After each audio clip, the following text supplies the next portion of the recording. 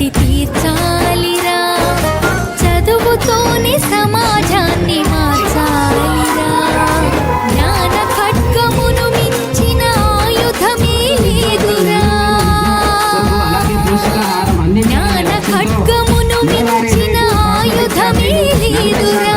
అక్షరమై ఈ జగతిన జాతిని నడిపించురా, వీరులై లోకాల గెలవాలిరా, చరితలో చరితార్థులుగా నిలవాలిరా.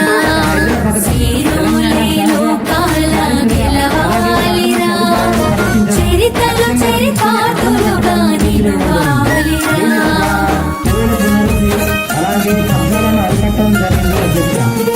రైతులు ఎప్పటి నుంచో ఎదురు చేస్తున్న రుణమాఫీ మా ప్రభుత్వం అధికారంలోకి రాగానే తీసుకురావడం జరిగింది. చెప్పినంటే మీకేమైనా సందేహాలు ఉన్నాయా?